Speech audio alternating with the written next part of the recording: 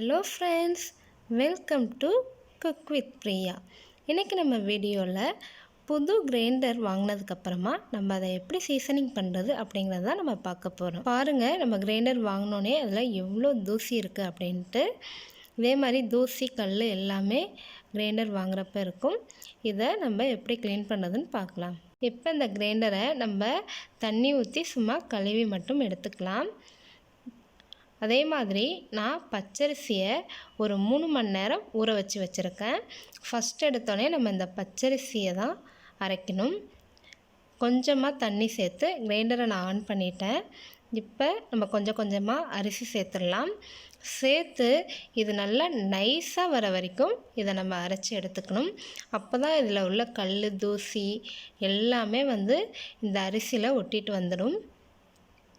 இது இப்போ நல்லா நைஸாக அரையட்டும். நான் இப்போ இந்த அளவுக்கு இதை நைஸாக அரைச்சி எடுத்திருக்கேன். இப்போ இந்த மாவை நம்ம சமையலுக்கு யூஸ் பண்ண வேண்டாம். இதை நம்ம கோல மாவுக்கு யூஸ் பண்ணிக்கலாம். அப்படி இல்லைன்னா இந்த மாவை நம்ம கீழே கொட்டிடலாம். இதுக்கப்புறமா கிரைண்டரை ஒரு தடவை நல்லா வாஷ் பண்ணிவிட்டு நம்ம எப்பவும் போல் மாவு ஊற வச்சு அரைக்க ஆரம்பிச்சிடலாம். உங்களுக்கு இந்த வீடியோ யூஸ்ஃபுல்லாக இருக்கும்னு நான் நினைக்கிறேன்.